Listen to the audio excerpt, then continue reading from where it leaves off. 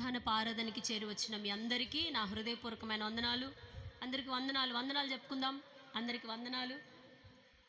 దేవుని నామానికి స్తోత్రాలు. మీ అందరికీ నా వందనాలు. బైబిల్లో ఒక చక్కటి మాటను మనం చదువుదాం. చూడండి, ఈరోజు దేవుడు మనతో మాట్లాడుతున్న మాటని మనం ఒకసారి చూద్దాం. మీ మొబైల్స్ అన్ని స్విచ్ ఆఫ్ చేసుకోండి. ఇంకెవరు అటు ఇటు తిరగొద్దు. దేవుడు మనతో మాట్లాడిన కొన్ని విషయాలు నేను మీకు తెలియజేస్తాను. చాలా శ్రద్ధగా, ఇంకా అటు ఇటు ఎవరు తిరగొద్దు. మొబైల్స్ అన్ని స్విచ్ ఆఫ్ చేసుకోండి. చూడండి, బైబిల్లో హెబ్రీలకు రాసిన పత్రిక 7వ అధ్యాయము 1వ వచనం చదవండి. రాజులను సంహారం చేసి తిరిగి వచ్చుచున్న అబ్రహామును ఎవడు కలుసుకుని అతనిని ఆశీర్వదించెను. చాలు నాన్న, తలలు పైకెత్తే నేను మీకు వివరిస్తాను. అందరు తీశారా? హెబ్రీలకు రాసిన పత్రిక 7వ అధ్యాయము 1వ వచనంలో రాజులను సంహారం చేసి తిరిగి వచ్చుచున్న అబ్రహామును ఎవడు కలుసుకొని అతనిని ఆశీర్వదించెను. ఈరోజు దేవుడు మనతో మాట్లాడుతున్న మాట ఏంటంటే, ఒక మనిషికి ఆశీర్వాదం ఎలా వస్తుంది,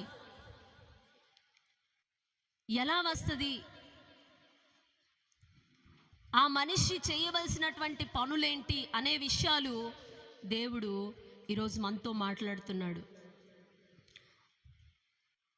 బైబిల్లో మనకు మన మూలపితరుడు, విశ్వాసులకి తండ్రి అయినటువంటి, ఇంక మాట్లాడొద్దమ్మా, ఇంక అందరు నా వైపు చూడండి, అందరు నా వైపు చూడాలి. ఇంకా అటు ఇటు ఏం చూడొద్దు, వాళ్ళ పనులు వాళ్ళు చేస్తుంటారు. మీరు నా వైపు చూడాలి శ్రద్ధగా. అందరు నా వైపు చూస్తూ ఉంటేనే వాక్యం అర్థమవుతుంది. హల్లెలూయా, హల్లెలూయా. ఒక మనిషిని దేవుడు ఆశీర్వదించాలంటే ఆ మనిషి ఏం చేయాలంటే కొన్నిటిని సంహరించాలి. మన మూలపితృడైన అబ్రహాం గారు రాజులని సంహరించాడట. రాజులని సంహరించి తిరిగి వచ్చుచున్నటువంటి అబ్రహామును ఎవరు కలుసుకున్నారంటే షాలేము రాజు కలుసుకున్నారు. గట్టిగా చప్పట్లు కొట్టి దేవుని మహింపరుద్దాం. రాజుల్ని సంహరించి తిరిగి వచ్చుచున్నటువంటి అబ్రహాముని ఎవరు కలుసుకున్నారంటే షాలేము రాజు కలుసుకున్నారు. షాలేము రాజు కలుసుకొని అతనిని అంటే అబ్రహామును దేవుడు ఆశీర్వదించాడు. ఈరోజు మనందరం ఆశీర్వాదకరంగా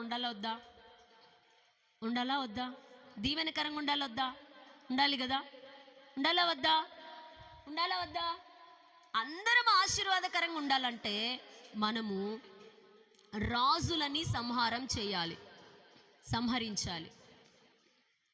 అసలు రాజు అంటే ఎవరు? రాజు అంటే చెప్పండి, డెఫినేషన్ ఎవరని చెప్తారా? రాజ్యాన్ని ఏలేవాడు. ఇంకా వాడుక భాషలో చెప్పండి, ప్రజల అవసరాలు. ఇంకా వాడుక భాషలో ఇంకా చెప్పండి, ఏలేవాడు, పరిపాలించేవాడు రాజు. అమలారా, అర్థమవుతుందా? రాజు అంటే ఎవరు అంటే ఒక మనిషిని ఏలేవాడు, ప్రజల్ని ఏలేవాడు, పట్టణాన్ని ఏలేవాడు, రాజ్యాన్ని ఏలేవాడు, ప్రజలను ఏలేవాడు రాజు. మరి అలాంటి రాజుని సంహరించమంటున్నారేంటి అనే డౌట్ వచ్చిందా రాలేదా? రాలేదా? వచ్చిందిరా, డౌట్ వచ్చింది. ప్రజల్ని ఏలేటువంటి రాజుల్ని చంపడం ఏంటి? ప్రజల్ని పరిపాలించే రాజుల్ని చంపడం ఏంటి? చంపితే ఆశీర్వాదం రావడం ఏంటి అనే డౌట్ మీకు వచ్చి ఉండొచ్చు. అయితే ఈరోజు దేవుడు మనతో మాట్లాడుతున్న మాట ఏంటంటే, ఆత్మీయంగా దేవుడు మనతో మాట్లాడుతున్నాడు. మనలో ఉన్నటువంటి కొన్ని మనల్ని ఏలుబడి చేస్తున్నాయి. మనలో ఉన్నటువంటి స్వభావాలే మన రాజు. హల్లెలూయా. మనలో ఉన్నటువంటి స్వభావాలు మనల్ని ఏలుబడి చేసినప్పుడు మనం ఆశీర్వాదాన్ని పొందుకోలేం. మనలో కొన్ని స్వభావాలు ఉంటాయి, అవి ఇంకా పాత స్వభావాలు కొన్ని కాలిపోవు, పరిశుద్ధాత్మలో ఇంకా కాలని స్వభావాలు ఉంటాయి. కొన్ని ఇంకా అవి మనల్ని నడిపిస్తూ ఉంటాయి,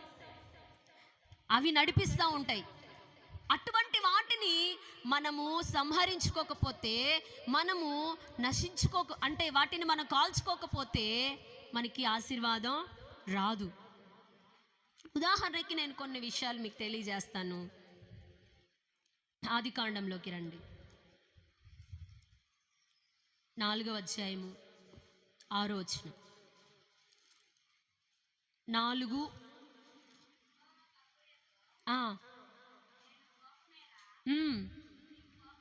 యెహోవా కయ్యూనుతో నీకు కోపమేలా, ముఖము పుచ్చుకొని ఉన్నావేమి. చాలమ్మ, చాలక్క. ఇక్కడ నా ప్రియమైన దేవుని ప్రజలారా, మన రాజు ఎవరంటే కోపము. రాసుకొని అందరూ అండర్లైన్ చేసుకోండి. మనలో ఉన్నటువంటి కోపాన్ని మనము చంపుకోకపోతే మనకు ఆశీర్వాదం రాదు. రాజులని సంహరించినటువంటి అబ్రహాముని దేవుడు కలుసుకున్నాడు, ఆశీర్వదించాడు. ఈరోజు మన రాజు మనల్ని కలుసుకోబోతున్నాడు. గట్టిగా చప్పట్లు కొట్టి దేవుని మహిమపరచండి. మన రాజు మనల్ని ఎదుర్కోబోతున్నాడు. ఆయన మనల్ని ఎదుర్కొనే లోపల మనలో ఉన్నటువంటి అహంకారాన్ని, మనలో ఉన్నటువంటి కోపాన్ని మనము చంపుకోకపోతే మనకు దేవుని దగ్గర నుంచి ఆశీర్వాదం అనేది రాదు. ఇద్దరు, నా ప్రియమైన దేవుని బిడ్డలారా, ఇద్దరు దేవుణ్ణి ఎరిగిన వారు. ఎవరంటే కయ్యూను, హేబేలు. ఇద్దరు కనిపిస్తూ ఉన్నారు. చాలా జాగ్రత్తగా నా మాటలు వినండి. కయ్యూను, హేబేలు కనపడుతున్నారు. ఈ మాటలు మీరు చాలాసార్లు వింటూ ఉంటారు, కానీ ఈరోజు దేవుడు మనతో మాట్లాడుతున్నాడు. ఇద్దరు దేవుని దగ్గరికి అర్పణలు తీసుకొచ్చారంటే మరి వాళ్ళు దేవుని ఎరిగిన వాళ్ళ కాదా? ఎరగని వాళ్ళకి అర్పణ తీసుకురావాలంటే తెలుస్తుందా? ఇప్పుడు కనీసం మందిరానికి వస్తా 10 రూపాయలు కానుక, లేదా 100 రూపాయలు కానుక, లేదా దశం భాగము, ఇవన్నీ తెలియని వాళ్ళు, అసలు దేవుడు అంటే ఎరగని వాళ్ళు. దేవుడు అంటే ఎరిగిన వాళ్ళు ఏం చేస్తారంటే ఏదైనా దేవునికి అర్పిస్తారు. ఇవ్వాలి అనే మనసు వస్తుంది. అంటే దేవుని ప్రజలకి, దేవుడికి ఖర్చు పెట్టాలనే మనసు వస్తుంది. దేవుడి ప్రజలకి, దేవుణ్ణి ఎరిగినటువంటి ప్రజలకి దేవునికి ఇవ్వాలనేటువంటి మనసు వస్తుంది. అలాగే ఇక్కడ ఇద్దరు కనపడుతున్నారు. ఇద్దరికి దేవుడికి ఇవ్వాలనే మనసు ఉంది. అంటే వీళ్ళు దేవుని ఎరిగిన ప్రజలా, ఎరగని ప్రజలా? చెప్పండి. ఎరిగిన ప్రజలా, ఎరగని ప్రజలా? దేవుణ్ణి ఎరిగిన ప్రజలే. అయితే చూడండి, హేబేలు యొక్క అర్పణని దేవుడు అంగీకరించాడంట. కయ్యూని యొక్క అర్పణని. ఇప్పుడు ఏమొచ్చింది ఈయనకి అంటే, ఎదుటి వాళ్ళని నమ్మకమైన మంచి దాసుడాన్ని దేవుడు పొగిడాడనుకో, లేదా సేవకులు పొగిడారనుకో, ఇంకేదన్నా చేశారనుకో, పక్కన ఇంకొక వాళ్ళు ఉంటారు, ఇంకొకరు ఉంటారు. వాళ్ళకి అసూయ వస్తుందంటే, కోపం వస్తుందంటే వాళ్ళల్లో ఏముంది? సాతాను స్వభావం ఉంది. హేబేలును దేవుడు పొగిడాడండి. నువ్వు చాలా మంచి శ్రేష్టమైన అర్పణ తీసుకొచ్చావు, నీ అర్పణ నేను అంగీకరించాడు. ఈ లోపల చూడండి నా ప్రియమైన దేవుని ప్రజలారా, ఈ లోపల కయ్యూనికి ఏమొచ్చేసిందంట? అలిగాడంట. ఎవరి మీద? మనం కూడా అలుగుతుంటాం దేవుని మీద. అలుగుతామా? ఉన్నాయా అలకలు? దేవుడు ఏదైనా మనకు మేలు చేయకపోయినా, దేవుడు మనల్ని పొగడకపోయినా, పట్టించుకోకపోయినా, పైకి ఎత్తకపోయినా, లేకపోతే గణపరచకపోయినా, దేవుడు ఇంకేమన్నా చేయాల్సినవి చేయకపోయినా మనం ఏం చేస్తున్నాం? దేవుని మీద అలుగుతున్నామా? అలుగుతాం. కానీ ఈరోజు అలుగుడిని ఏం చేయాలంటే చంపుకోవాలి. అలుగుడిని భార్య మీద అలిగి మందిరానికి మానకూడదు. తల్లిదండ్రుల మీద అలిగి మందిరానికి. ఈ 12 సంవత్సరాల జీవిత ప్రయాణంలో, వివాహం అయినప్పటి నుంచి ఏ రోజు కూడా పాస్టర్ మీద అలిగి చర్చికి రాకుండా ఉన్న రోజులు లేనేలేవు. అలిగి పండుకున్న రోజులు లేనేలేవు. ఏ సమస్య వచ్చినా, ఏ గొడవ వచ్చినా, గొడవలు రావా? వస్తాయి. గొడవలు వచ్చినా అప్పటికప్పుడే సర్దుకోవడం, అప్పటికప్పుడే ఏం చేయాలి? దాన్ని సాల్వ్ చేసుకోవాలి. మళ్ళీ ఏం చేయాలి? మరి మీ కుటుంబంలో గొడవలు వస్తే అలిగి దేవుని మీద అలుగుతున్నారు, చర్చి మీద అలుగుతున్నారు. అది ఎవరికి నష్టం? మీకే నష్టం. కోపాలు వస్తాయండి, కానీ అలుగుడు ఉండకూడదు. వెంటనే నరుని కోపం దేవుని నీతిని నెరవేర్చదు. మన కోపాలు ఆవేశాలు దేవుని నీతిని నెరవేర్చవు. ఈ కోపాల వల్ల, ఉద్రేకాల వల్ల ఎవరి మీద చూపిస్తున్నాం? భర్త మీద కోపం దేవుడి మీద చూపిస్తున్నాం, భార్య మీద కోపం దేవుడి మీద చూపిస్తున్నాం, తల్లిదండ్రుల మీద కోపం దేవుడి మీద చూపిస్తున్నాం. మధ్యలో ఆయన ఏం చేశాడండి? ఆయన ఏం చేశాడు? మీరిద్దరు కొట్టుకుంటే ఆయన ఎందుకు మధ్యలో తీసుకొచ్చి పెడతారు? హల్లెలూయా. అందుకే మీ ఇద్దరి గొడవల్లో ఆయన్ను పెట్టొద్దండి. ఎన్నైనా ఉండండి, పని మానొద్దండి, వంట చేయడం మానొద్దండి, పిల్లలకి వంట చేసి పెట్టండి, భర్తకి అన్ని చేసి పెట్టండి. గొడవలు వస్తూ ఉంటాయి, వాటిని సర్దుకొని కోపాన్ని ఏం చేయాలి? మీరు గొడవ వచ్చినప్పుడు లోపలికి వెళ్ళిపోండి, రూమ్లోకి వెళ్ళిపోయండి, కొద్దిసేపు ఆగండి, లోపల నోట్లో నీళ్ళు పోసుకోండి. కోపం వస్తే తిట్టాలనుకున్నప్పుడు రూమ్లోకి వెళ్ళిపోండి కొద్దిసేపు. స్తోత్రం స్తోత్రం స్తోత్రం స్తోత్రం స్తోత్రం అయ్యా, తగ్గించయ్యా తగ్గించయ్యా తగ్గించయ్యా అనుకోండి. ఆ 5 నిమిషాలు కంట్రోల్లో ఉంటుంది కోపం, మళ్ళీ వచ్చేయండి. హల్లెలూయా హల్లెలూయా. మనం ఏం చేయాలంటే మనలో ఉన్నటువంటి అహంకారాన్ని, కోపాన్ని మనం చంపుకోవాలి. చూడండి, ఈ కయీను కోపం వచ్చిందా? ఎవరి మీద ముఖం చిన్నబుచ్చుకున్నాడంట? ఎవరి మీద అలిగిండంట? దేవాది దేవుని మీద అలిగాడంట.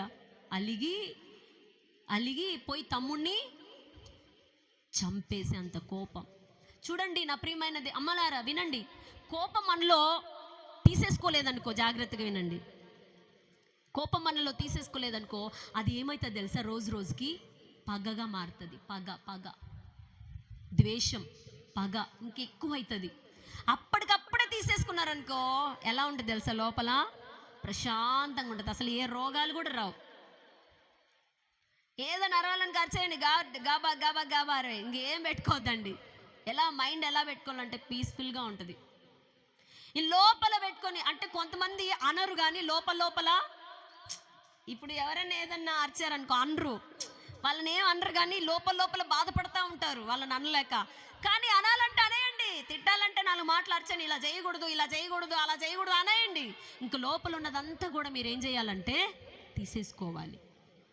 అది లోపల పగగా మారి ఏమైనా చేయాలి. వాళ్ళు ఏదన్నా, ఇప్పుడు చూడండి, మనకు నచ్చిన వాళ్ళు మంచి బట్టలు వేసుకున్నా ఓర్చుకోలేరు, వాళ్ళు ఏదైనా కొనుక్కున్నా ఓర్చుకోలేరు. అట్లా మారిపోతుంది.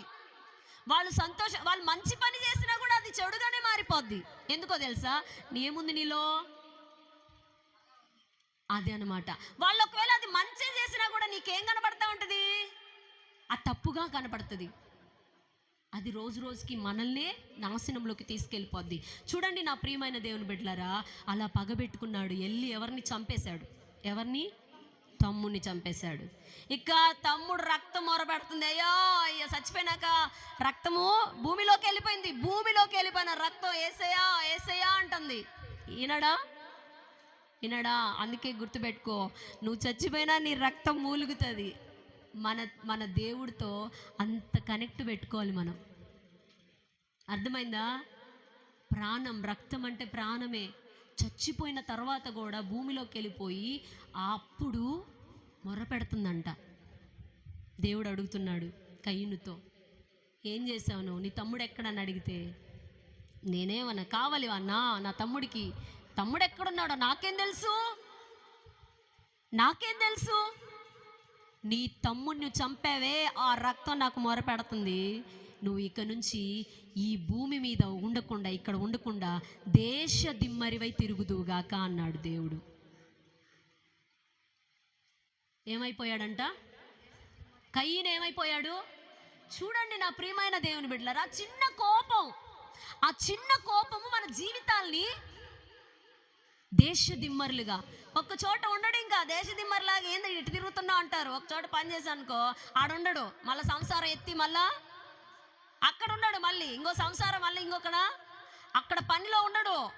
అట్లా దేశ దిమ్మరిగా తిరుగుతానే ఉంటావు నువ్వు అని దేవుడు చెప్పించేశాడండి. చూడండి, ఆ చిన్న కోపం మనం కంట్రోల్ చేసుకోకపోతే మన జీవితాన్ని ఏం చేస్తుంది? ఆశీర్వాదాన్ని తీసుకురాదు. ఏం తీసుకొస్తుంది? శాపాన్ని తీసుకొస్తుంది. దేశ దిమ్మరులుగా మారిపోతాం మనం అసలు. అందుకే మనలో ఉన్న కోపాన్ని మనం చంపుకోవాలి. ఏం చేయాలి ఇప్పుడు? మనలో ఉన్న రాజు ఎవరు? రాజా పాయింట్లో ఉండండి. మనలో ఉన్న రాజు ఎవరు ఇప్పుడు? కోపం అనే రాజు. ఎవరక్కడ? కోపం అనే రాజు. చంపుకుందాం. మన స్వభావం అంటే మనల్ని ఏలుతుంది. అది ఆ కోపము మనల్ని ఏలుబడి చేస్తుంది. రాజే కదా అది. మనల్ని ఎవరైతే ఏలుతున్నారో, మన భర్త మనల్ని నడిపిస్తూ ఉంటే మన మీద రాజు. అలాగే మన కోపం మనల్ని నడిపిస్తుందంటే ఎవరు మనకు రాజు? అంటే కోపమే మనకు రాజు. అందుకని ఆ కోపాన్ని మనం ఏం చేయాలి? సంహరించాలి, చంపేయాలి. అప్పుడు మన దేవుడు మనల్ని ఆశీర్వదిస్తాడు. హల్లెలూయా, హల్లెలూయా. ఇంకో మాట చదువుదాం. రాజుల మొదటి గ్రంథం 3వ అధ్యాయం 19వ వచనం. రాజుల మొదటి గ్రంథం 3వ అధ్యాయం 19వ వచనం. స్పీడ్గా త్వరగా చదవాలి, ఆ టైం వేస్ట్ కాకుండా. రాజుల మొదటి గ్రంథం 3వ అధ్యాయము 19వ వచనం.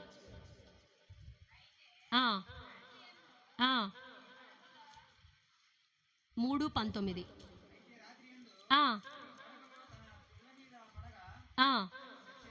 చచ్చెను, లేచి నిద్రించుచుండగా వచ్చి నా ప్రక్కలో నుండి నా బిడ్డను తీసుకొని తన కౌగిటిలో పెట్టుకొని చచ్చిన తన పిల్లను నా కౌగిట్లో ఉంచెను. ఇప్పుడు 16వ వచనం కూడా చదవండి. వేశ్యలైన 2 స్త్రీలు రాజునొద్దకు వచ్చి అతని ముందర నిలిచిరి. చాలండి, ఇంకా తలలు పైకెత్తి నేను మీకు వివరిస్తాను. 2వ రాజు. మొదటి రాజు ఎవరు చెప్పండి? మొదటి రాజు కోపము. మొదటి రాజు కోపం. దాన్ని మనం చంపకపోతే అది మనల్ని నాశనం చేస్తుంది. ఓకేనా? కోపము, మనలో ఉన్న కోపాన్ని మనం చంపకపోతే అది మనల్ని సర్వనాశనం చేసేస్తుంది, దేశదిమ్మరలుగా చేసేస్తుంది.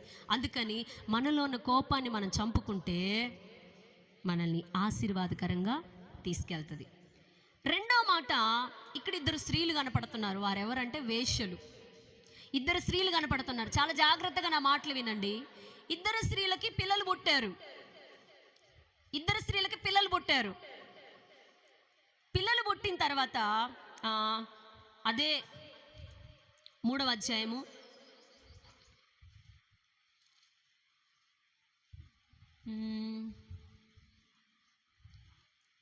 21 చదవండి. ఉదయమున నేను లేచి చూడగా అది చచ్చినదాయను. ఉదయమున నేను పిల్లను నిదానించి చూచినప్పుడు పుట్టినవాడు కాడని నేను తెలుసుకొంటిని. అంతలో 2వ స్త్రీ, అది కాదు, బ్రతికి ఉన్నది నా బిడ్డ, చచ్చినది దాని బిడ్డ అని చెప్పగా ఆమె, కాదు, చచ్చినదే నీ బిడ్డ, బ్రతికి ఉన్నది నా బిడ్డ అని అనెను. ఈ ప్రకారంగా వారు రాజు సముఖమున మనవి చేయగా. చాలన్న, ఇంకా తల్లు పక్కితే నేను మీకు వివరిస్తాను. ఇక్కడ 2 స్త్రీలు కొట్టుకుంటున్నారు. 2 స్త్రీలు కొట్టుకుంటున్నారు. ఏమైందంటే, మొదటి స్త్రీ యొక్క బిడ్డ చనిపోయింది. చనిపోయిన తర్వాత, మీరు స్కూల్లో లెసన్లో ఉంటుంది ఇది, మొదటి స్త్రీ యొక్క బిడ్డ చచ్చిపోతే 2వ స్త్రీ యొక్క బిడ్డను తీసుకొచ్చి కౌగిట్లో పడుకోబెట్టుకుంటుంది. 2వ స్త్రీ యొక్క బిడ్డ, నా బిడ్డ ఏది కనబడట్లేదే, నా బిడ్డ ఏది కనబడట్లేదే అని చెప్పేసి, నా బిడ్డకి పాలిద్దామని చూసుకుంటే చచ్చిపోయింది. అది చనిపోయింటే ఏంటి, నిదానించి చూస్తే ఈ బిడ్డ నా బిడ్డ కాదే, నా బిడ్డ ఆమె దగ్గర ఉందేంటి అని చెప్పేసి 2 గొడవ ఆడుకుంటా ఉన్నారు. నువ్వు నా బిడ్డను ఎందుకు తీసుకున్నావు, నువ్వు నా బిడ్డను ఎందుకు తీసుకున్నావు, నువ్వు నా బిడ్డను ఎందుకు తీసుకున్నావు అని చెప్పేసి కొట్లాడుకుంటున్నారు. చాలా జాగ్రత్తగా నా మాటలు వినండి. ఈ వార్త ఎక్కడికి వెళ్ళిందంటే, ఈ పోట్లాట, ఈ గొడవ రాజు దగ్గరికి వెళ్ళింది. ఎక్కడికి వెళ్ళింది? రాజు దగ్గరికి వెళ్ళింది. ఇప్పుడు మొదట ఆమె బిడ్డ చచ్చిపోయినప్పుడు ఆమె ఏం చేయాలి? చచ్చిపోయిందిలే అని చెప్పేసి మౌనంగా ఉండిపోవాలి. చాలా జాగ్రత్తగా వినండి. చచ్చిపోయినటువంటి బిడ్డను 2వ స్త్రీ దగ్గర పడుకోబెట్టి ఆ బిడ్డను తీసుకోవాల్సిన పని ఎందుకు? అర్థమవుతుందా? ఇప్పుడు ఈమెకి బిడ్డ చనిపోయాడు. చనిపోయిన బిడ్డను ఏం చేయాలి? పాతి పెట్టి, తండ్రి దేవుడా, మళ్ళీ ఇంకొక బిడ్డని అయ్యా నీ చిత్తం అయితే అని అనాలి. ప్రార్థన చేసుకోవాలి, లేదంటే వెయిట్ చేయాలి. కానీ పక్కన స్త్రీ యొక్క బిడ్డను తెచ్చి పడుకోబెట్టుకొని నా బిడ్డ నా బిడ్డ అంటుంది. రాజు దగ్గరికి వెళ్ళేసరికి ఏ న్యాయం చేయాలి? నాదంటది. రాజు అన్నాడు, ఒక కత్తి తీసుకురా. ఒక కత్తి తీసుకొచ్చి ఆ బిడ్డని నరికేద్దాం, చెరొక ముక్క ఇచ్చేద్దాం అన్నాడు రాజు. అమ్మలారా వినండి, ఆ బిడ్డని నరికేద్దాం, చెరొక ముక్క ఇచ్చేద్దాం అన్నాడు. అప్పుడు అస్సలు తల్లి అప్పుడు కాళ్ళు పట్టుకుంటుంది. రాజు దగ్గరికి వచ్చి కాళ్ళు పట్టుకొని, అయ్యా ఆ బిడ్డను చంపొద్దయ్యా, చంపితే ఆ బిడ్డ చచ్చిపోతాడు. ఆ 2 ముక్కలు ఉంటే నా బిడ్డ 2 ముక్కలైతే ఆ బిడ్డ చచ్చిపోతాడు, కనుక నా బిడ్డను చంపొద్దయ్యా, ఆమెకే ఇచ్చేయ్యా అనింది అసలు తల్లి. ఆమె ఏం చేసింది? దొంగ తల్లి, చంపే, అసలు ఆమెకు ఉండకూడదు, నాకు ఉండకూడదు. అర్థమవుతుందా? ఆమెకి ఉండకూడదు, నాకు ఉండకూడదు, చంపే అనింది.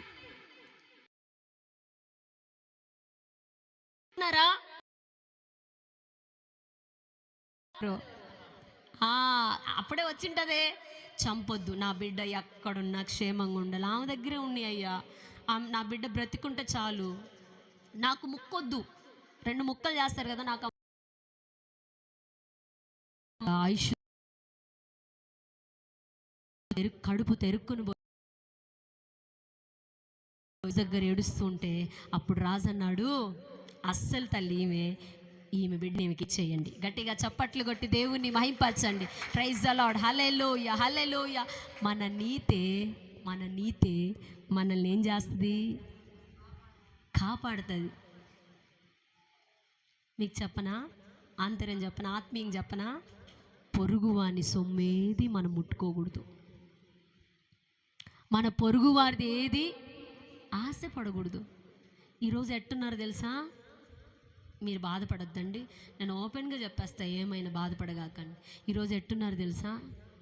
భర్త చనిపోయాడనుకో, యవ్వన స్త్రీలు చెప్తున్నా, మళ్ళీ పెళ్లి చేసుకోండి, తప్పు లేదు. ఎవరో భర్త చనిపోయిన మగవాళ్ళు ఉంటారు కదా, పురుషులు ఉంటారు కదా, వాళ్ళు పెళ్లి చేసుకోండి, లక్షణంగా బ్రతకండి. కానీ ఈరోజు ఏం చేస్తున్నారు తెలుసా? భర్త చనిపోయిన స్త్రీలు విన్నారా? భర్త చనిపోయిన స్త్రీలు, భార్య చనిపోయిన స్త్రీలు వేరే వాళ్ళ కుటుంబాల జోలికి పోయి శాపాన్ని తెచ్చుకోగాకండి.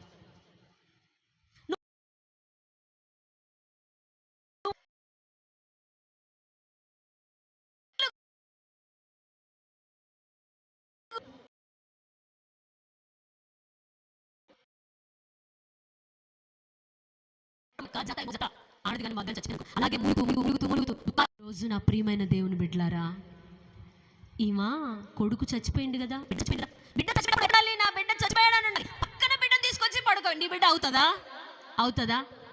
ఎంత నువ్వు పక్కన తీసుకొచ్చి పెట్టుకున్నా నీ బిడ్డ అవుతుందా? ఈరోజు ఏం చేస్తున్నా తెలుసా? పక్కనోడి భార్య నీ భార్య అవ్వదు. ఎంత చూసి ఇట్టనే చూస్తానో, నోరు కార్చుకున్నా, జోళ్ళు కార్చుకున్నా, ఎంత చేసినా పక్కన భార్య అవుతుంది. కానీ అవునా? పక్కన భర్త అవుతాడు, నీ భర్త అవుతాడా? పక్కన భార్య అవుతుంది. కానీ ఈరోజు ఏం చేస్తున్నారు తెలుసా? బాగా పచ్చగా ఉన్న కుటుంబాల మీద పడుతున్నారు. ఆ జీతం అంతా తీసుకొచ్చి ఎవరికి పెట్టాలా? పిల్లలే పెట్టేదిలా, ఇంకా ఆ భార్య పెట్టేదిలా, ఇంకెవరికి? నడుపుతున్నావు కదా ఒక రెండో ఇంటిని నడుపుతున్నా కదా, రెండో ఇంటికి ఏం చేయాలి? మొత్తం తీసుకొచ్చి, పాపం వాళ్ళేమో తిండి లేకుండా ఆరోగ్యం క్షీణించిపోయి అట్టి చచ్చిపోతున్నారు. అదే నువ్వు వాళ్ళకు పెట్టకుండా నీ భార్యకి, నీ పిల్లలకి నువ్వు కడుపు నిండా పెట్టుకుంటే వాళ్ళు బలిష్టంగా తయారై నీకు అన్ని పనులు చేసి పెడతారు కదా. చేసి పెట్టరా? కడుపు నిండా అక్రమ సంబంధాలకి లక్షలు వేలు పెడుతున్నారు. మామూలు వేలు కాదు, వేలు. నాకైతే ఒక్కొక్కరు ఫోన్లు చేసి చెప్తా ఉంటుంటే మత్తిపోతుంది, బాధపడతా ఉంటే. వేలు వచ్చి అదేదో వాళ్ళు పెట్టే బదులు నీ భార్య పెట్టుకో.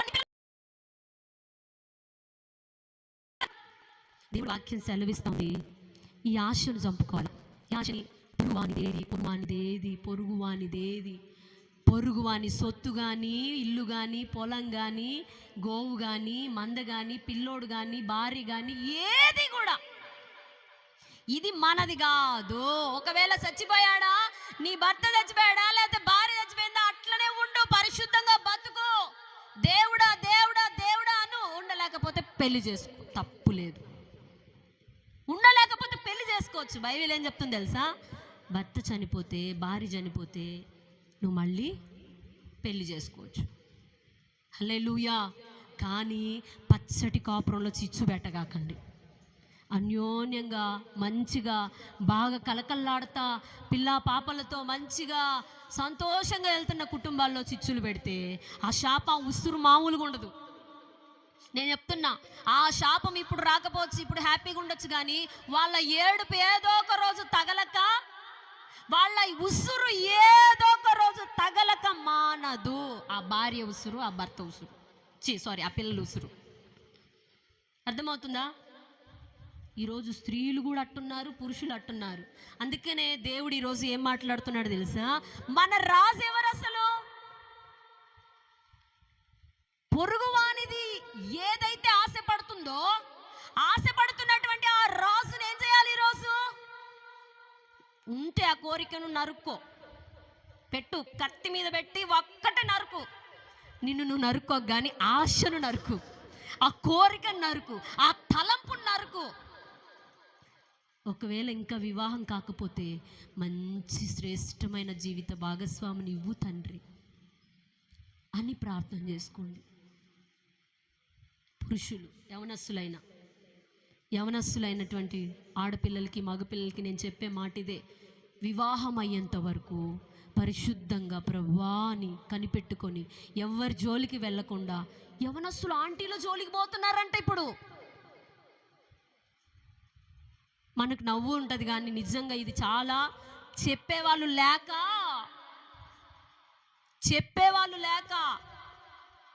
వాళ్ళైతే అన్ని ఆపరేషన్లు అన్నీ అయిపోతాయి కదా, ఏ సమస్యలు రావు కదా. అందుకని యవనస్తులైన మగపిల్లలు ఆంటీల జోలికి పోతున్నారు. ఇది నరుక్కోండి, బాధపడినా పర్వాలేదు.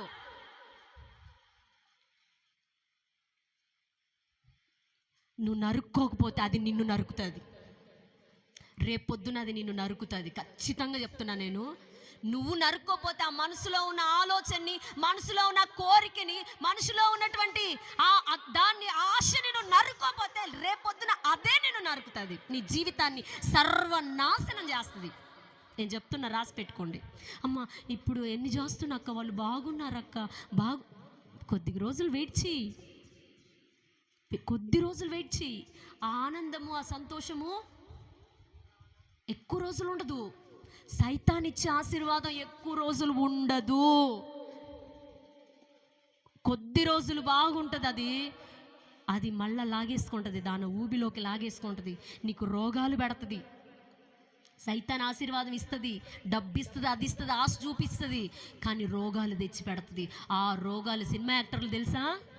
సినిమా యాక్టర్లు పాపం ఎవరితో పడితే వాళ్ళతో, ఎందుకంటే సినిమాల్లోకి వస్తేనే ఆ డైరెక్టర్లతో వాళ్ళతో వీళ్ళతో పాపం చేస్తేనే మరి లక్షలు వచ్చేది. అప్పటికి నవ్వుతూ చేస్తారు పాపాలు. ఎందుకంటే ఆఫర్లు రావద్దు, సినిమాలలో ఏదైనా యాక్ట్ చేయాలి, ఆఫర్లు రావాలంటే వాళ్ళు చెప్పినట్టు వినాలి కదా. అలాగా వాళ్ళకు లొంగిపోయి చాలామంది పాపాలు చేసి, నా ప్రియమైన దేవుని బిడ్డలారా, చివరికి వాళ్ళ స్థితి ఏమైంది తెలుసా? అసలు కూర్చొని కాళ్ళు కూడా కదలలేని పరిస్థితి, మంచంలో అలాగే ఉండిపోయి, కనీసం నీళ్ళు ఇచ్చే వాళ్ళు లేక, అన్నం వండి పెట్టే వాళ్ళు లేక, కాలు కూడా సహకరించని, బాడీ కూడా సహకరించినటువంటి ఆ పరిస్థితిలోకి వాళ్ళు వెళ్ళిపోయారు. మనం పాపాన్ని గనక నరుక్కోకపోతే, మనలో ఉన్న పాపపు కోరికలని, పాపపు ఆలోచనలని, దేవుడు వద్దన్న దాన్ని నరుక్కోకపోతే, పొరుగువానిదేది మనము ఆశపడకపోతే దేవుడు మనల్ని ఆశీర్వదిస్తాడు. అందుకే ఒకవేళ ఏమైనా చిన్న తప్పులు ఉంటే ఏం చేయాలి? వాటిని నువ్వే ఆ రాజుని ఏం చేయాలి? నీలో ఏలుబడి చేస్తున్న ఆ కోరిక, పాపపు కోరికను నువ్వేం చేయాలి? నరుక్కోవాలి. అప్పుడు షాలేము రాజు వచ్చి మనల్ని ఏం చేస్తాడు? ఆశీర్వదిస్తాడు. అదే మొదటి రాజుల గ్రంథం 21వ అధ్యాయం 4వ వచనం చదవండి త్వరగా. రాజుల మొదటి గ్రంథం 21వ అధ్యాయము 4వ వచనం చదవండి.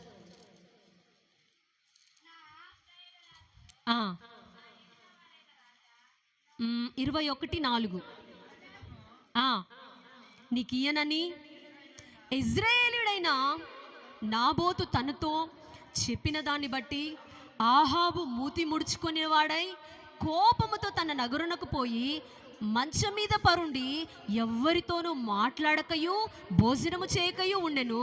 అంతటా అతని భార్య అయిన యెజబేలు వచ్చి, నీవు మూతి ముడుచుకున్నవాడవై భోజనం చేయక ఉండదేమని అతన్ని అడుగ్గా, అతడు ఆమెతో ఇట్లా, నేను నీ ద్రాక్ష తోటను క్రయమునకు నాకిమ్ము, లేక నీకు అనుకూలమైన ఎడల దాన్ని మారుగా మరి ఒక ద్రాక్ష తోట నీకు ఇచ్చిదనని ఇజ్రాయేలీయుడైన నాబోతుతో నేను చెప్పగా, అతడు నా ద్రాక్ష తోట నీకు ఇయ్యన నేను. చాలా అన్నంగా తల్లు పైకెత్తే నేను మీకు వివరిస్తాను. ఇక్కడ రాయబడిన మాట ఏంటంటే, ఆహాబు రాజు కనబడుతున్నాడు, యెజబేలు కనబడతా ఉంది. వాళ్ళిద్దరు భార్య భర్తలు. ఎవరండి వాళ్ళిద్దరు? ఒక ఆయన కనబడుతున్నాడు, నాబోతు. చాలా జాగ్రత్తగా వినండి, నాబోతు. అమ్మలారా, నిద్రపోతున్న వాళ్ళు అట్టనండి సరిపోద్ది. ఎందుకంటే ఇంత మంచి వాక్యాలు వాళ్ళు కూడా వినాలి కదా. హల్లెలూయా, హల్లెలూయా, హల్లెలూయా. ఆహాబు యెజబేలు భార్య భర్తలు ఇద్దరు ఉన్నారు. వాళ్ళు చాలా ఆస్తిపరులు, రాజ్యాన్ని ఏలుతున్నటువంటి రాజు ఆహాబు. అయితే నా ప్రియమైన దేవుని బిడ్డలారా, అతని నగరానికి ఆనుకొని ఉందంట ఒక ద్రాక్ష తోట. చాలా జాగ్రత్తగా వినండి. అతని నగరానికి, అదే 21వ అధ్యాయంలో నేను చదువుతా చూడండి. ఈ సంగతులైన తర్వాత ఇజ్రాయేల్లో ఉన్న షోమ్రోను రాజైన ఆహాబు నగరును ఆనుకొని ఇజ్రాయేలు వాడైన నాబోతునకు ఒక ద్రాక్ష తోట కలిగి ఉండగా, ఆహాబు యొక్క నగరానికి ద్రాక్ష తోట ఉందంట ఆనుకొని. ఆ ద్రాక్ష తోట మీద కన్ను పడింది. ఎవరి కన్ను? ఆహాబు కన్ను పడింది. వినండి జాగ్రత్తగా. ఆహాబు కన్నుబడి పోయి నాబోతు దగ్గరికి వెళ్ళి, అయ్యా నీ ద్రాక్ష తోట నా నగరానికి ఆనుకొని ఉంది, నాకు ఇస్తే నేను అది తీసుకుంటాను, దానికి మారుగా నీకు ఇంకొక ద్రాక్ష తోటని ఇస్తానయ్యా అని చెప్పారు. అప్పుడు నాబోతు ఏమన్నాడంటే, అయ్యా ఇది నా పిత్రార్జితం, అంటే నా తాత ముత్తాతల నుంచి, నా పితరుల నుంచి వస్తుంది అయ్యా ఈ ద్రాక్ష తోట. నేను దాన్ని అమ్ముకోలేను, అది నా పిల్లలకు కావాలయ్యా, అది నేను ఇవ్వను అన్నాడు. ఇవ్వను అనేసరికి అయ్యగారు ఇంకేం చేశారంటే అలిగి మూతి ముడుచుకొని అన్నపానాలు మానేసి ఇక ఏడుచుకుంటా అలిగి ఎవరితో మాట్లాడకుండా సైలెంట్గా ఉన్నాడు. ఇంక అమ్మగారు వచ్చారు. ఎవరామా? యెజబేలు వచ్చింది. యెజబేలు వచ్చి, ఏంటి అసలు అన్నం తినట్లేదు, ఏంటి అలిగి కూర్చున్నావు, ఎవరితో మాట్లాడట్లేదు, ఏమైందంటే, అదిగో ఆ నాబోతు ద్రాక్ష తోట అడిగితే ఇవ్వలేదు, నాకు ఆ ద్రాక్ష తోట కావాలి. సరే నువ్వు అలుగుడు మానే, అన్నం తిను, నీకు కావాల్సింది ద్రాక్ష తోట కదా, నేను చూసుకుంటా అని వెళ్ళి ఇద్దరు మనుషులకి డబ్బులిచ్చి, అమలారా విన్నారా, ఇద్దరు మనుషులకి డబ్బులిచ్చి ఆ నాబోతు మీద అబద్ధ సాక్ష్యం చెప్పించి రాళ్లతో కొట్టి చంపించింది. ఎవరు? అమ్మ, ఆడోళ్ళు తలుసుకుంటే ఏమైనా చేస్తారంట. ఆడోళ్ళు తలుసుకుంటే ఏమైనా ఇట్లాంటి తలుసుకోకండి అమ్మ, మీరు మంచి తలంచుకోండి, కుటుంబాన్ని కట్టే తలంచుకోండి. హల్లెలూయా. స్త్రీలు తలుచుకుంటే వాళ్ళు సాధించలేదంటూ ఏది లేదు, కానీ ఇట్లాంటి తలుచుకో, భర్తల కోసమో పిల్లల కోసం వాళ్ళ కోసం వీళ్ళ కోసమో ఇట్లాంటి చేయొద్దండి. హల్లెలూయా, హల్లెలూయా, హల్లెలూయా. ఆమె తలుచుకున్నది, తన భర్త అలిగిండంట, అలుగుడు మానిపియాలి, ఆయన సంతోషంగా ఉండాలి. ఇప్పుడు ఏం చేయాలంటే ద్రాక్ష తోట ఎట్లనైనా సరే తీసుకొచ్చి అయ్యగారికి అప్పగించాలి. దానికి ఇద్దరు మనుషుల్ని చూడండి అబద్ధ సాక్ష్యం చెప్పించి ఉపవాస దినం, మళ్ళా ఏంటంట ఉపవాస దినం ఏర్పాటు చేసి అందరినీ పిలిపించి, ఇదిగో ఇట చేశాడు నాబోతని ఇద్దరు మనుషులకి డబ్బులు ఇచ్చి అబద్ధాలు చెప్పించేసరికి అందరు నమ్మారు, రాళ్ళతో కొట్టి చంపేశారు. ఇక చచ్చిపోయేసరికి ఆ ద్రాక్ష తోట ఎవరిది? ఇంకా వాళ్ళదేగా, వచ్చేసిందిగా. తీసుకొచ్చి ఆహాబు చచ్చిపోయాడు, ఇదిగో ద్రాక్ష తోట నువ్వే. వెంటనే దేవుడు ఏలియాను పంపించాడు. చూద్దామా? అదే 21వ అధ్యాయం 17 వచ్చిన చదవండి. చదవండి. ప్రత్యక్షమై ఇలాగ సెలవిచ్చెను, నీవు లేచి షోమ్రోన్లో ఉన్న ఇశ్రాయేలు రాజైన ఆహాబును ఎదుర్కొంటకు బయలుదేరుము. అతడు నాబోతు యొక్క ద్రాక్ష తోటలో ఉన్నాడు, అతడు దానిని స్వాధీనపరచుకొనబోయెను.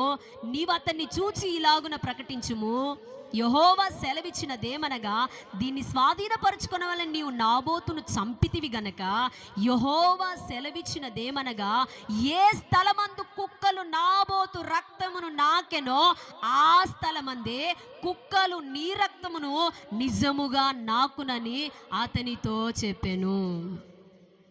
రాళ్ళతో కొట్టి చంపారా? రాళ్ళతో కొడుతుంటే రక్తం కారుతుందా కారదా? కారుతుంది కదా. అవన్నీ వచ్చి కుక్కలు నాకుతా ఉన్నాయి. ఎవరి? అమాయకుడైన నాబోతు. వెంటనే దేవుని వాక్కు సేవకుల్లోకి వెళ్ళి, నువ్వు వెళ్ళి అర్జెంటుగా నాబోతు యొక్క పొలంలో ఎవరున్నారు ఇప్పుడు?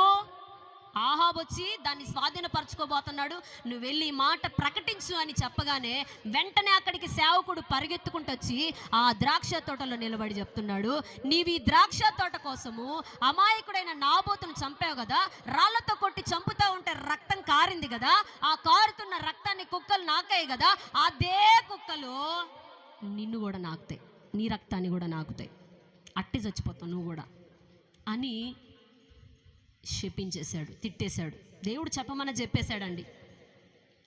ఇక ఈ మాట విని చాలా జాగ్రత్తగా వినండి. తప్పు చేసింది ఎవరు? యెజబెల్ భార్య చేసింది. పాపం భర్త మూతి ముడుచుకున్నాడు, కానీ పాపం వెళ్ళి ఏలియా ఈ మాట చెప్పేసరికి అయ్యగారికి మనసు మారింది. అయ్యగారికి మనసు భయపడ్డాడు. భయపడి 21వ అధ్యాయము 27 వచ్చిన చదవండి. 21, 27. చింపుకొని కట్టుకొని ఉపవాసముండి పరుండి వ్యాకుల పడుచుండగా యెహోవా వాక్కు తిష్బీయుడైన ఏలియాకు ప్రత్యక్షమై ఇలాగు సెలవిచ్చెను. చూసావా ఏలియా, అతడు నాకు ఆహాబు నాకు భయపడి అతడు వినయముగా ప్రవర్తించుట చూచితివా? నాకు భయపడి ఉపవాసం ఉండి వస్త్రాలు చించుకొని గోనపట్ట కట్టుకొని ఏడుస్తున్నాడు, చూస్తున్నావా ఏలియా అని ఏలియాకు చెప్తున్నాడు. చూడండి 29 వచనం. ఆహాబు నాకు భయపడి వినయంగా ప్రవర్తించుట చూచితివా? నాకు భయపడి అతడు వినయముగా ప్రవర్తించుట చేత ఆ అపాయము అతని కాలమునందు సంభవింపకుండా ఆపి అతని కుమారుని కాలమునందు అతని కుటుంబీకుల మీదికి నేను దాన్ని రప్పించెదను. ఎవడు పాపాన్ని ఒప్పుకుంటాడో వాడే రక్షించబడతాడు. గుర్తుపెట్టుకోండి. పాపాన్ని చూడండి, ఏలియా చెప్పిన మాట విని నువ్వు అమాయకుని రక్తాన్ని చంపేశావు, అమాయకుడి రక్తం గార్చేటట్లుగా చేసావు. ఏ స్థలమందు కుక్కలు నాకాయో నాబోతు యొక్క రక్తాన్ని, నీ రక్తాన్ని కూడా కుక్కలు నాకుతాయని ఏలియా చెప్పగానే అయ్యగారు చూడండి, అమ్మలారా విన్నారా? మాకు విసుగొస్తుంది అన్నారు గట్టిగా హల్లు చూద్దాం. హల్లెలూయా, హల్లెలూయా. కొంచెం జాగ్రత్తగా వినండి, ఈ మాటలు మీకు మళ్ళీ అర్థం కావు మీరు అటు ఇటు వెళ్తే. హల్లెలూయా.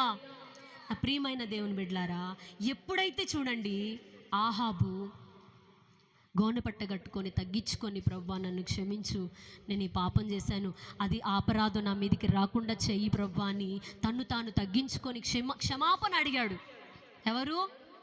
ఎవరు? వెంటనే ఆహాబుకి ఆ శాపం రాల, తను కాపాడబడ్డాడు. ఈరోజు నేను మీకు చెప్పాలనుకున్న మాట ఏంటి తెలుసా? మనలో ఏదైనా ఒకటి మనల్ని ఏలుబడి చేస్తుందనుకో, పొరుగువాని సొమ్ము, పొరుగువాని సొత్తు, పొరుగువాని ద్రాక్ష తోట ఆశపడ్డాడు. అయ్యా క్షమించయ్యా, నా భార్య అట్లా చేసింది ప్రభువా, నన్ను క్షమించు, నేను ఇంకెప్పుడు ఇట్లా చేయను ప్రభువా అని పశ్చాత్తాప పడతా ఉంటే దేవుని కనికరం ఏమొచ్చింది? ఎవరి మీదకి వచ్చింది? ఆహాబు మీదకి వచ్చింది. ఆ అపాయము ఆహాబుకు రాలేదు. ఎవరికి వచ్చింది? వాళ్ళ భార్యకు వచ్చింది. భార్య కుక్కలు తిన్నాయి. చదవమంటారు, అది కూడా చదివిస్తాను ఉండండి.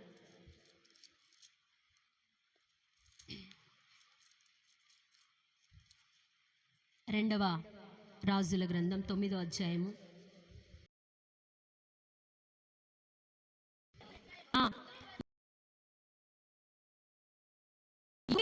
ధరించుకొని పెట్టి చూచుండగా అతన్ని చూసి, నీ యజమాని చంపిన వాడు జిమ్మివాడా, నీవు సమాధానంగా వచ్చుండవా అడగా, అతడు తల ఎత్తి కిటికీ తట్టు చూసి నా పక్షమందున్న వారెవరని అడగ్గా, 2-3 పరిచారకులు పైనుండి తొంగి చూచిరి.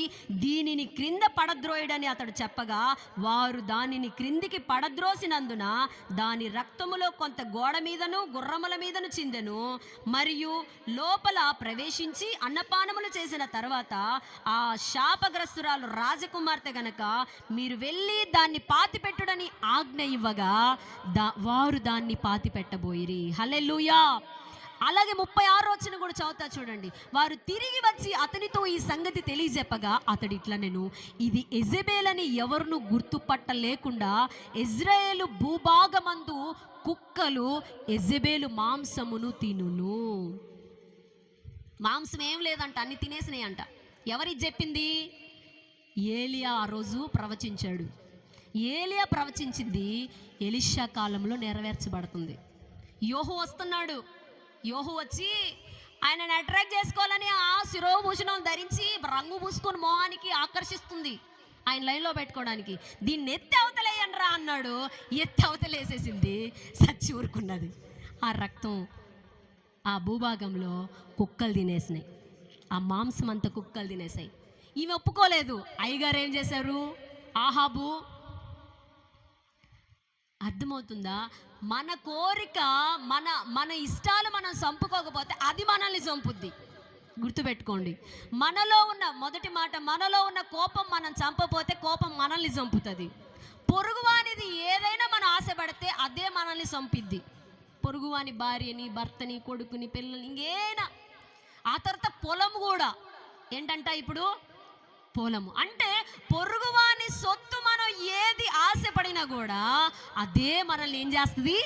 సర్వ నాశనం చేస్తుంది. అందుకని మనం ఏం చేయాలంటే పొరుగువాని ఏదైనా మనకు కావాలని ఆశ వచ్చిందనుకో, వెంటనే ఏం చేయాలి? ఉపవాసం పెట్టుకోవాలి. అయ్యా ఆ కోరిక వచ్చేసింది అయ్యా, ఆమె నేను అలా చూసానయ్యా, నేను ఇలా చూసానయ్యా, చాలా పొరపాటు అయిపోయింది ప్రభువా, నా ఆశ నాకు వచ్చేసింది, ఆడి సొత్తు నేను కోరుకున్నాను, అయ్యా చంపే, నాలోకి వచ్చిన ఆశను చంపే. వాళ్ళది నేను ఆశపడ్డానయ్యా, వాళ్ళ డబ్బును ఆశపడ్డాను, వాళ్ళ పొలాన్ని ఆశపడ్డాను, వాళ్ళకి సంబంధించి నేను ఆశపడ్డానయ్యా, నన్ను క్షమించు అని మనము ఆహాబులాగా ఏం చేయాలి? క్షమాపణ అడిగితే ఆహాబు అపాయం నుండి తప్పించుకున్నాడు. కానీ యెజెబెలు తప్పించుకోవాలా. అందుకనే నా ప్రియమైన దేవుని బిడ్డలారా, మనలో రాజు, ఏ రాజు ఏలుతున్నాడు? కోపం అనే రాజు ఏలకూడదు, చంపేయండి. రెండోది మన కోరికలే. మన కోరికలే మనల్ని ఏలుతూ ఉంటే, మన ఇష్టాలే, మన ఆశలే మనల్ని ఏలుతూ ఉంటే, చెడు ఆశలు, చెడు కోరికలు ఏలుతూ ఉంటే వాటిని మనం ఏం చేయాలి? చంపేసుకో. ఒకవేళ మనం చంపుకోలేదనుకో, అవే మనల్ని తిరిగి చంపుతాయి. ఓకేనా? నెక్స్ట్ 3వ మాట, దానియేలు గ్రంథం 4వ అధ్యాయం 30వ వచనం. త్వరగా దానియేలు గ్రంథం 4వ అధ్యాయం 30వ వచనం.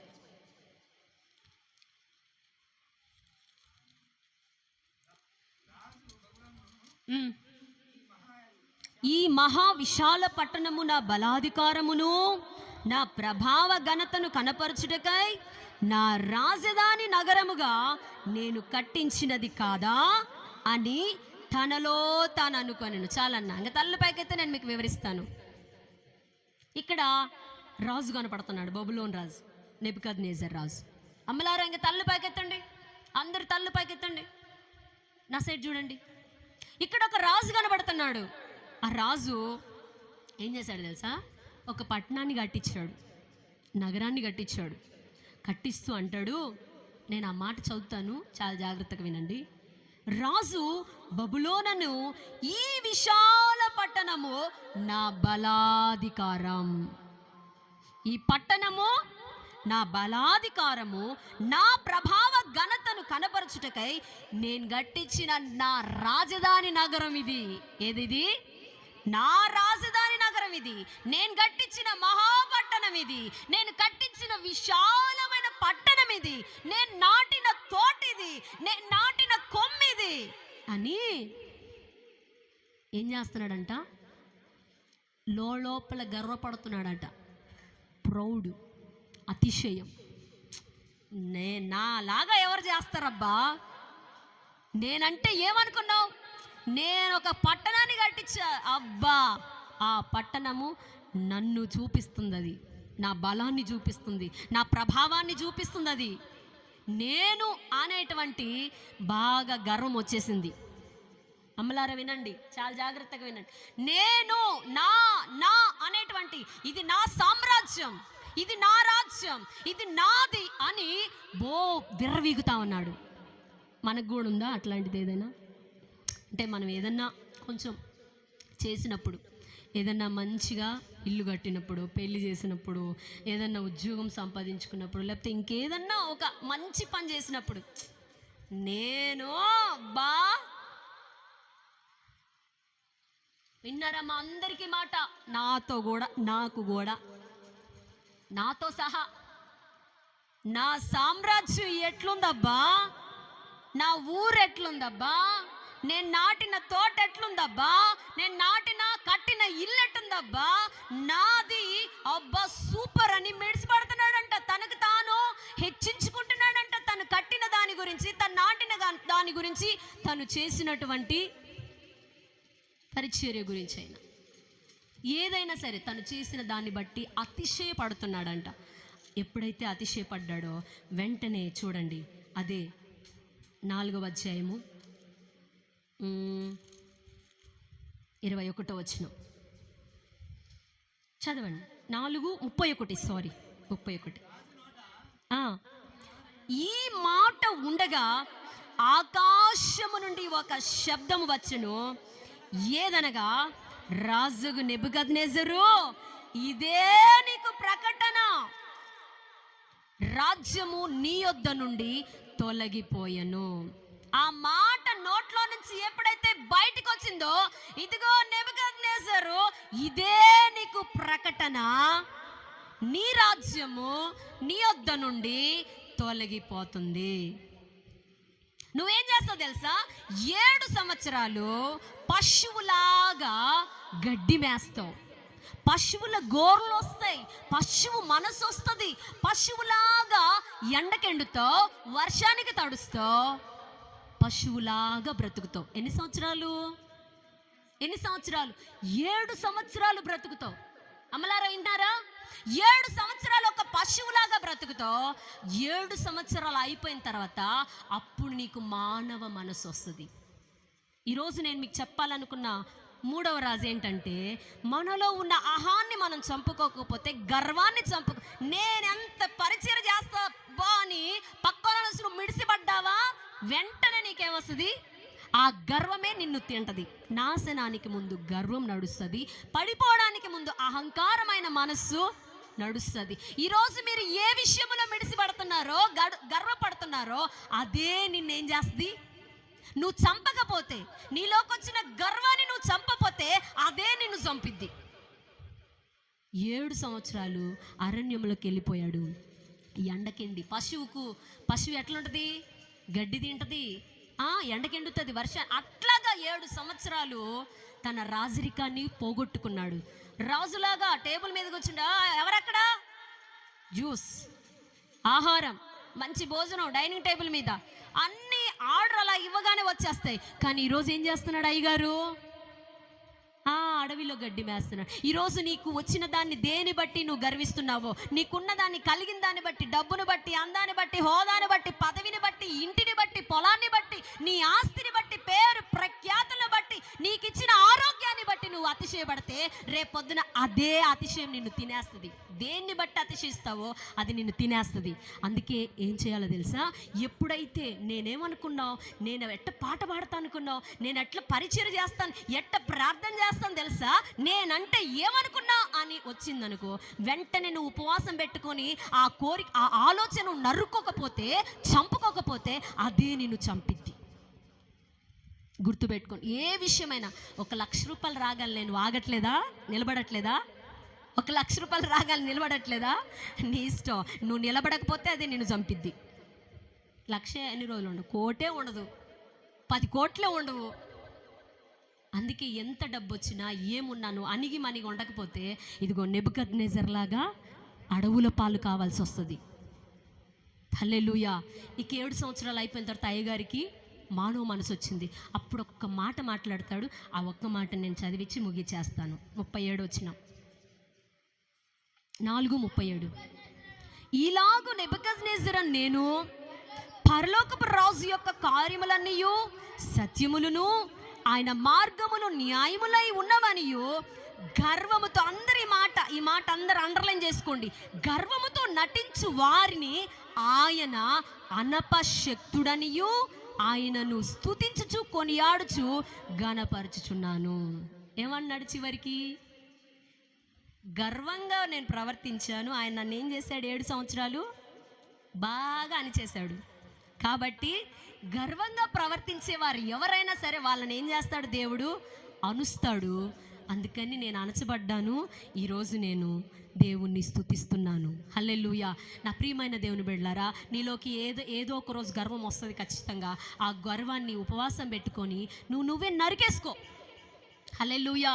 ఇప్పుడు హెబ్రీలకు రాసిన పత్రికలోకి రండి. అదొక్క మాట చదివించి ముందుకెళ్దా, ముగిచేస్తా. హెబ్రీలకు రాసిన పత్రిక ముందు చదువుకున్నాం కదా, ఆ మాటలోకి రండి. 7వ అధ్యాయము 1వ వచనం. రాజులను సంహారం చేసి తిరిగి వచ్చుచున్న అబ్రహామును ఎవడు కలుసుకొని అతన్ని ఆశీర్వదించెను? అబ్రహాము ఎవరిని చంపేశాడమ్మా? రాజుల్ని చంపేశాడు. రాజుల్ని చంపేసిన తర్వాత అబ్రహామును ఎవడు కలుసుకున్నాడు? షాలేం రాజు మన దేవుడు కలుసుకున్నాడు. కలుసుకొని ఏం చేశాడంటే అబ్రహామును ఆశీర్వదించాడు. జాగ్రత్తగా వినండి అమలారా, మనం ఎప్పుడైతే ఈ రాజులన్నీ చంపేస్తామో మన దేవుడు మనల్ని కలుసుకోబోతున్నాడు. గట్టిగా చప్పట్లు కొట్టి దేవుని మహిమపరచండి. ఎప్పుడైతే ఈ రాజుల్ని, కోపం అనే రాజు, పాపం అనే రాజు, ఇరుగు పొరుగు వారిది ఏది ఆశపడకుండా దాన్ని మనం నరుక్కుంటామో, పాపాన్ని లేకపోతే ఇంకే ఆస్తిని నరుక్కుంటామో, మన రాజు మనల్ని ఎదుర్కోబోతున్నాడు. చివరిగా గర్వాన్ని నరుక్కుంటే మన రాజు మనల్ని ఎదుర్కొంటాడు. వచ్చి వెంటనే మన దగ్గరికి వచ్చి, ఇన్ని సంవత్సరాలు నువ్వు శాపంలో ఉన్నావు, వీటన్నింటిని చంపేసుకున్నావు కదా, నీలో ఉన్న తీసేసుకున్నావు కదా, ఇదిగో నేను నిన్ను ఆశీర్వదిస్తున్నాను అని ఆశీర్వదించి రొట్టెను ద్రాక్ష రసాన్ని తెచ్చిచ్చాడంట. గట్టిగా చప్పట్లు కొట్టి దేవుని మహిమపరచండి. Praise the Lord, praise the Lord, praise the Lord, praise the Lord. ఒక పక్క ఆత్మ సంబంధమైన ఆశీర్వాదం, ఏంటది? ఆది కాండంలోకి రండి. ఒక పక్క ఆత్మ సంబంధమైన ఆశీర్వాదం, మరొక పక్క శరీర సంబంధమైన ఆశీర్వాదం. ఆది కాండము 14వ అధ్యాయం 18వ వచనం, 14:18. మరియు షాలేము రాజైన మెల్కీసెదెకు రొట్టెను ద్రాక్ష రసమును తీసుకొని వచ్చెను. అతడు సర్వోన్నతుడగు దేవునికి యాజకుడు. అప్పుడు అతడు అబ్రామును ఆశీర్వదించి, ఆకాశమునకు భూమికిని సృష్టికర్తయును సర్వోన్నతుడైన దేవుని వలన అబ్రాము ఆశీర్వదింపబడును గాక అనియు, నీ శత్రువులని చేతికి అప్పగించిన సర్వోన్నతుడకు దేవుడు స్తుతించబడును గాక అని చెప్పాను. అప్పుడు అతడు అన్నిటిలో ఇతనికి 10వ వంతు ఇచ్చాను. గట్టిగా చప్పట్లు కొట్టి దేవుని మహింపరచండి. Praise the Lord. Hallelujah, hallelujah. ఎప్పుడైతే ఈ రాజుల్ని మనం చంపుతామో మన దేవుడు వచ్చి మనల్ని కలుసుకుంటాడు, మనల్ని పరిశుద్ధపరుస్తాడు, రొట్టె ద్రాక్షరసం మనకిస్తాడు. అది తిని త్రాగిన తర్వాత మనకు దేవుడు ఆ పరలోక రాజ్యంలో స్థానం ఇస్తాడు. అంటే ఒక పక్క ఆత్మ సంబంధంగా మనల్ని పరిశుద్ధపరిచి బల్లో చేయవేయడానికి అర్హత ఇస్తాడు, రొట్టె ద్రాక్ష రసాన్ని ఇస్తాడు. అంతేకాకుండా లోక సంబంధమైనటువంటి ఆశీర్వాదాలు కూడా ఇస్తాడు. అర్థమవుతుందా? ఎప్పుడైతే లోక సంబంధమైన ఆశీర్వాదాలు నీకు ఇస్తాడో, నీ చేతికి రొట్టె ద్రాక్షారసం వస్తుందో, బాప్తీసం తీసుకున్న వాళ్ళందరూ ఇప్పుడు వినండి జాగ్రత్తగా. ఇక్కడ బాప్తీసం తీసుకున్న వాళ్ళు ఎంతమంది ఉన్నారు? చేతులు ఎత్తండి. బాప్తీసం తీసుకున్న వాళ్ళు ఎంతమంది ఉన్నారో చేతులు ఎత్తండి. మీరందరి చేతిలోనికి ఇప్పుడు రొట్టె ద్రాక్షారసం రాబోతుంది. మీ అందరి చేతిలోనికి ఈ రాజుల్ని సంహరిస్తే రొట్టె ద్రాక్షారసం మీ చేతికి వస్తుంది. ఆ ఆత్మ సంబంధమైన ఆశీర్వాదంలో మీరు పాలిభాగస్తులు అవుతారు. అంత మాత్రమే కాదు, శరీర సంబంధమైన ఆశీర్వాదం లేని వారికి కూడా శరీర సంబంధమైన ఆశీర్వాదాన్ని ఇస్తారు.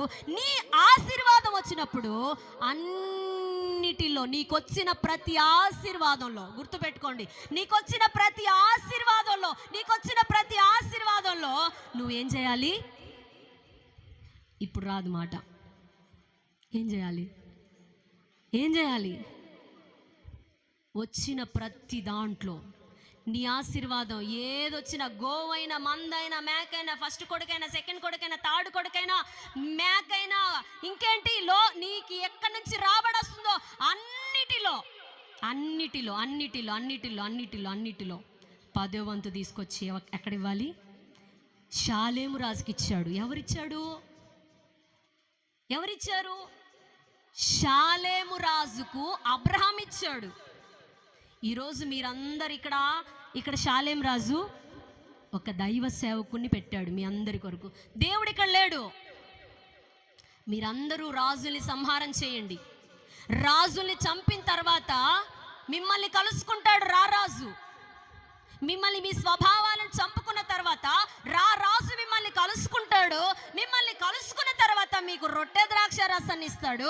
ఆయన రాజ్యంలో పాలు పంపులు అనుగ్రహిస్తాడు, పాలు పంపులు ఇస్తాడు. అంత మాత్రమే కాదు, ఈ లోకంలో బ్రతకడానికి కావాల్సిన ఆశీర్వాదం అంతా కుమ్మరిస్తాడు. ఆశీర్వాదం కుమ్మరించిన తర్వాత, పంట చేతికి వచ్చిన తర్వాత, మందలు పశువులు అభివృద్ధి చెందిన తర్వాత, చేతికి ఆస్తి వచ్చిన తర్వాత, చేతికి సంపద వచ్చిన తర్వాత, చేతికి డబ్బు వచ్చిన తర్వాత, నువ్వు నీ సొమ్మును ఏం చేస్తున్నావు? అబ్రహాము 10వ వంతును తెచ్చి మెల్కీసెదెకుకి ఇచ్చాడు, షాలేం రాజుకి ఇచ్చాడు. ఈరోజు ఖచ్చితంగా వీటన్నింటిని మీరు కనుక చేస్తే ఈ లోక సంబంధమైన ఆశీర్వాదంలో పాలిభాగస్తులు అవుతారు. పర సంబంధమైన ఆశీర్వాదంలో అంటే బల్లలో పాలు పొందుతారు. దేవుని రాజ్యానికి రాకడకు మీరందరూ సిద్ధపడుదురుగాక. ఈ కొద్ది మాటలు దేవుడు మీ వినికిడిలో ఆశీర్వదించునుగాక.